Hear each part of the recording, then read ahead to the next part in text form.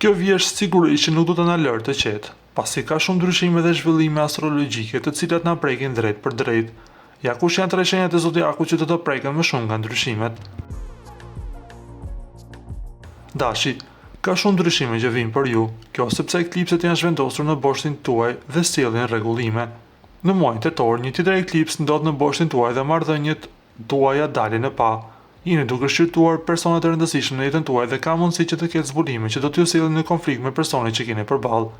Gjithashtu, Marsi në peshorën tuaj ushtron akoma më shumë tension dhe shpërthime, të cilat mund të krijojnë probleme dhe më të mëdha. Së fundmi, përfshirja e Plutonit në të gjitha këto ju fton të shkëputeni nga situata toksike dhe në fund të bëni ndryshime që nevojiten. Demi, duhet pranuar që ju Demi keni kaluar jo pak val muajt të fundit, por gjithçka tregon se ndryshime të mëdha në jetën tuaj nuk ndalën këtu. Ju keni Uranin në shenjën tuaj dhe kjo do t'ju ndihmojë të zbuloni dhe të kuptoni se ku keni bërë gabime. Jeni ende në një përmbysje dhe tranzicion ku po përpiqeni të rindërtoni themelet tuaja.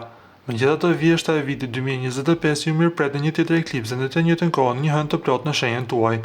Kjo hënë ju fton të vini në kontakt me dëshirat tuaja të vërteta dhe të ndërprisni lidhjet me njerëz të mjedisit tuaj të ngushtë, të cilët mund të duan të mirën tuaj, por nuk ju ndihmojnë të merrni drejtimin e duhur në jetën tuaj.